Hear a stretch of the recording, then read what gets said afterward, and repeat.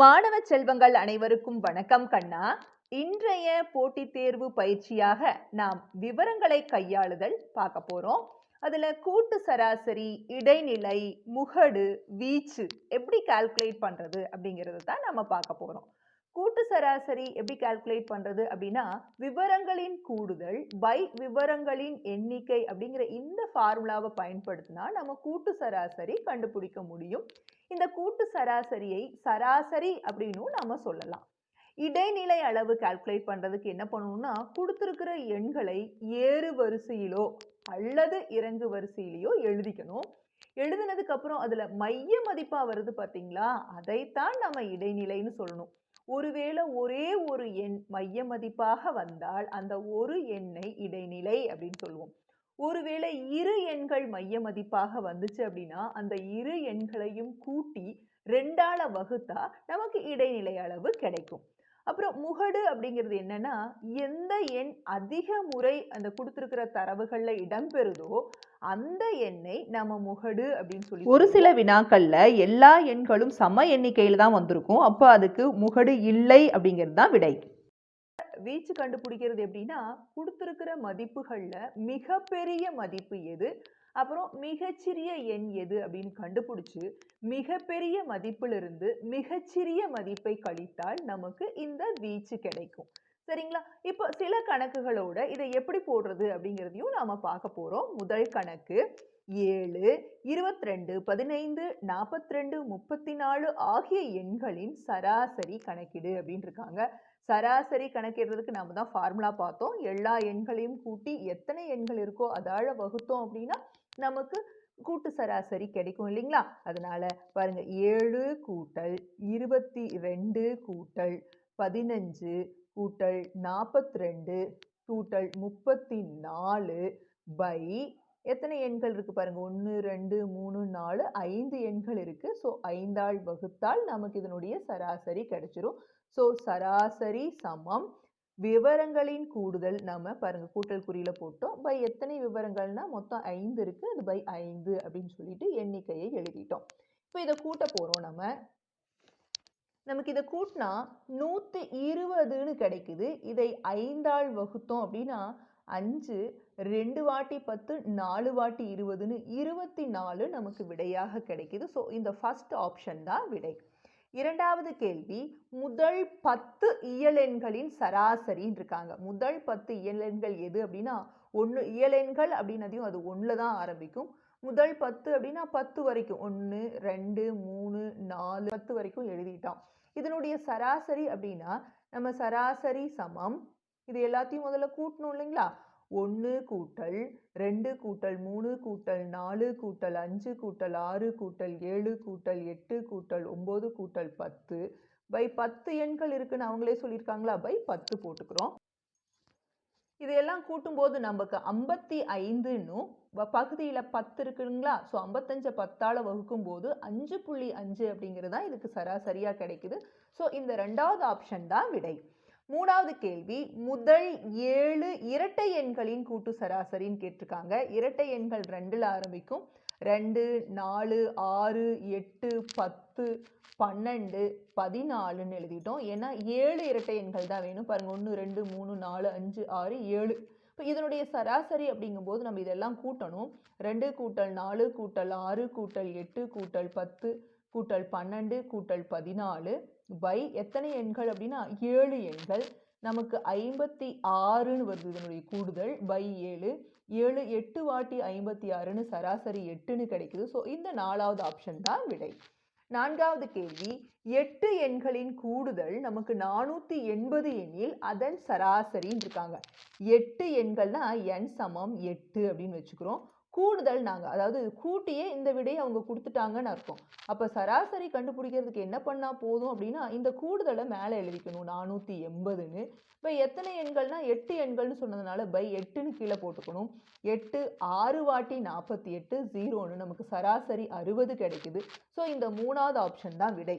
இந்த கேள்வியில நமக்கு எண்கள் கொடுக்காம அதனுடைய கூடுதலே ஸ்ட்ரெயிட்டா கொடுத்துட்டாங்க. அதனால அதனுடைய கூடுதல் பை எண்ணிக்கையால வகுத்தோம்னா நமக்கு தேவையான சராசரி கிடைச்சிடும். ஐந்தாவது கேள்வி 5 எண்களின் சராசரி 40 அதில் 4 எண்கள்னு கொடுத்து எனில் ஐந்தாவது எண் எதுன்னு கண்டுபிடி அப்படின்ட்டாங்க. நமக்கு 5 எண்கள் அப்படின்னதையும் 22 கூட்டல் 64 கூட்டல் 34 கூட்டல் 60 நமக்கு ஐந்தாவது எண் தெரியல, அதை எக்ஸ்னு வச்சுக்கிறோம். இது எல்லாம் கூட்டி நம்ம 5ஆல வகுத்தோம்னா நமக்கு என்ன கிடைக்கும் அப்படின்னா 40 விடையாக கிடைக்கும். ஏன்னா சராசரி அப்படின்னதையும் கொடுத்துருக்கிற விவரங்களின் கூடுதல் பை எத்தனை உறுப்புகள் இருக்கோ அதால் வகுத்தோம்னா நமக்கு சராசரி கிடைக்குங்களா. ஸோ அதை எழுதிட்டோம். இப்போ என்னன்னா எக்ஸ் வேணும் அப்படின்னா இதெல்லாம் கூட்டி மேலே வச்சுக்கிறோம். இந்த 5 பகுதியில் இருக்கிற அந்த பக்கம் நமக்கு பெருக்கலாக கொண்டு போகிறோம். இன்ட்டு 5ன்னு இதெல்லாம் கூட்டும்போது பாருங்க நமக்கு 22யும் 64யும் கூட்டினா 86, 86ஐயும் 34 60 கூட்டுறோம் பாருங்க. 0 மிச்சம் 1 14 15 16 17 18 180ன்னு இடது பக்கம் வருது. 180 மட்டும் வரல, இதை கூட்டினா 180 ப்ளஸ் எக்ஸ் அப்படின்னு வருது. இப்போ இதை பெருக்கும்போது நமக்கு 200ன்னு வலது பக்கம், இங்கே என்ன இருக்குன்னா 180 ப்ளஸ் எக்ஸ்ன்னு இருக்குது. நமக்கு எக்ஸ் மதிப்பு தான் வேணும்னதையும் 200லேருந்து இந்த 180 கழிச்சோன்னா நமக்கு 20ன்னு கிடைக்கும். ஸோ அந்த ஐந்தாவது எண் எதுனா இந்த 20ங்கிற ரெண்டாவது ஆப்ஷன் தான் விடையாக கிடைக்குது. ஆறாவது கேள்வி முதல் 5 முழு எண்களின் சராசரின்னு இருக்காங்க. முழு எண்கள் அப்படின்னதையும் 0ல ஆரம்பிக்கும். 5ன்னு இருக்காங்க. இது 1, இது 2வது, இது 3வது, இது 4வது, இது 5வதுன்னு 5 முழு எண்கள் நாம் எழுதிட்டோம். இதனுடைய சராசரி கண்டுபிடி அப்படின்னா பாருங்க 0 + 1 + 2 + 3 + 4 பை எத்தனை உறுப்புகள் இருக்கு அப்படின்னா நமக்கு 5 உறுப்புகள் இருக்கு இல்லைங்களா. முதல் 5 முழு எண்களின் சராசரின்னு இருக்காங்க. முழு எண்கள் 0ல ஆரம்பிக்கிறதுனால அதுவும் நம்ம எண்ணிக்கையில கணக்கு தான். ஸோ 5 அப்படின்னு போட்டுக்கணும். மேலே இதெல்லாம் கூட்டும்போது நமக்கு 10ன்னும் கீழே 5. ஸோ 5 2 வாட்டி 10ன்னு 2 ஆன்சராக வருது. ஸோ இந்த 4வது ஆப்ஷன் தான் விடை. அப்போது என்ன எண்கள்னு பார்க்கணும். முதல் 5 முழு எண்கள் இருக்காங்க. முழு எண்கள் 0ல் ஆரம்பிக்கும். ஸோ இதையும் கணக்காக வச்சுட்டு 5ங்கும் போது பாருங்கள் 1 2 3 4ன்னு இந்த 4ஓட நிறுத்திக்கணும்.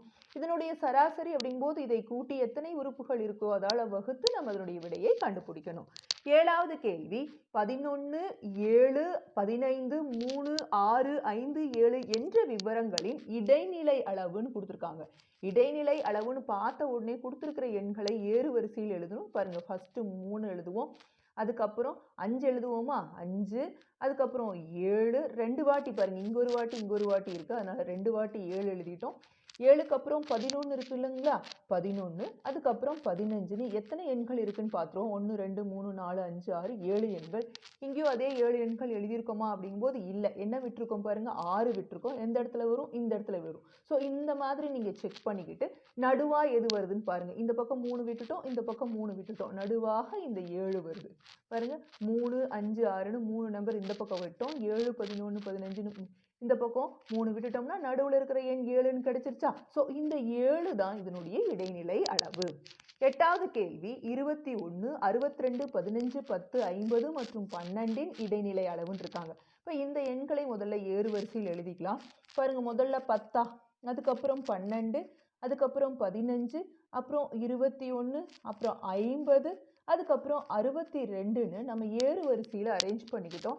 பாருங்கள், நடுவாக அப்படின்னா இந்த இரு உறுப்புகள் இருக்குது. இந்த மாதிரி 2 உறுப்புகள் வந்தால் அந்த 2ஐயும் கூட்டி 2ஆல் வகுக்கணும். அப்படி வகுக்கும்போது 36/2 நமக்கு 18 அப்படின்னு இந்த இடைநிலை அளவு கிடைக்குது.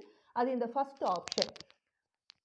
9வது கேள்வி முதல் 10 பகா எண்களின் வீச்சுன்னு இருக்காங்க. பகா எண்கள் 2ல் ஆரம்பிக்குது. 10 எண்கள் எழுதணும் அப்படின்னா 2க்கு அப்புறம் 3, அதுக்கப்புறம் 5 7 11 13 17 19 23, அதுக்கப்புறம் பாருங்கள் 1 2 3 4 5 6 7 8 9 தான் எழுதியிருக்கோம். அடுத்தது 29 அப்படின்னு தன்னாலையும் ஒன்னாலையும் மட்டும் வகுபடும் எண்களை நம்ம பகா எண்கள் அப்படின்னு சொல்லுவோம் இல்லைங்களா. அது 2ல் ஆரம்பிக்குது. நம்ம அதில் ஆரம்பித்து எது வரைக்கும் 10 எண்ணிக்கை வருதோ அது வரைக்கும் 29 வரைக்கும் எழுதிட்டோம். இதில் வீச்சு அப்படின்னா மிகப்பெரிய மதிப்பு மைனஸ் மிகச்சிறிய மதிப்பு, இதுதான் மிகப்பெரிய மதிப்பு. ஸோ நமக்கு மிகச்சிறிய மதிப்பு எதுனா இது. இப்போ இதிலிருந்து இதை கழிச்சோன்னா நமக்கு வீச்சு கண்டுபிடிச்சிட முடியும். ஸோ 29ல் 2 போச்சு அப்படின்னா 27 அப்படிங்கிறது தான் விடை. ஸோ இந்த 3வது ஆப்ஷன் தான் விடையாக கிடைக்கிது. 10வது கேள்வி, கீழ்கண்டவற்றின் வீச்சு காண்கன்னு சொல்லிட்டு சில தசம எண்களை கொடுத்துருக்காங்க. நமக்கு வீச்சு அப்படின்னதையுமே மிகப்பெரிய மதிப்பு மைனஸ் மிகச்சிறிய மதிப்பு. ஸோ இதில் எது மிகப்பெரிய மதிப்பு அப்படின்னா இந்த 61.3. இந்த 61.3லேருந்து இதில் மிகச்சிறிய மதிப்பு எது அப்படின்னா இந்த 9.2 நம்ம கழிக்கணும். அப்படி கழிக்கும்போது 1 புள்ளி பாருங்க, நமக்கு 11ல் 9 போச்சுன்னா 2, 52.1 அப்படின்னு விடை கிடைக்குது. அது இந்த 3வது ஆப்ஷன். 11வது கேள்வி, 7, 4, 3, 7, 9, 8, 2 முகடு அப்படின்னு இருக்காங்க. பாருங்க, 7ங்கிற எண் இங்க ஒருக்கா வந்திருக்கு, இங்க ஒருக்கா வந்திருக்கு. வேற எந்த எண்ணும் திரும்பி வரல. இதுதான் அது அதிக முறை வந்திருக்கு, அதாவது 2 முறை வந்திருக்கு. அதனால இந்த 7 தான் இந்த அளவுகளுடைய முகடு அப்படின்னு நம்ம சொல்லுவோம். ஸோ இந்த 2வது ஆப்ஷன் தான் விடையாக வருது. இப்போ 12வது கேள்வி பாருங்க, 16, 51, 72, 60, 22 என்ற விவரங்களின் முகடு கண்டுபிடி அப்படின்னு இருக்காங்க. எந்த எண்ணும் திரும்ப எல்லாம் வரல, எல்லாமே ஒவ்வொரு வாட்டி மட்டும்தான் வந்திருக்கு. எனவே இதுக்கு முகடு இல்லைன்னு அர்த்தம். அப்போ இதுல எதுவும் இல்லைங்கிற ஆப்ஷன் தான் நமக்கு ஆன்சரா வரும். ஸோ விடாமுயற்சியும் தொடர் பயிற்சியும் பண்ணுங்க, வெற்றி உங்கள் கையில்.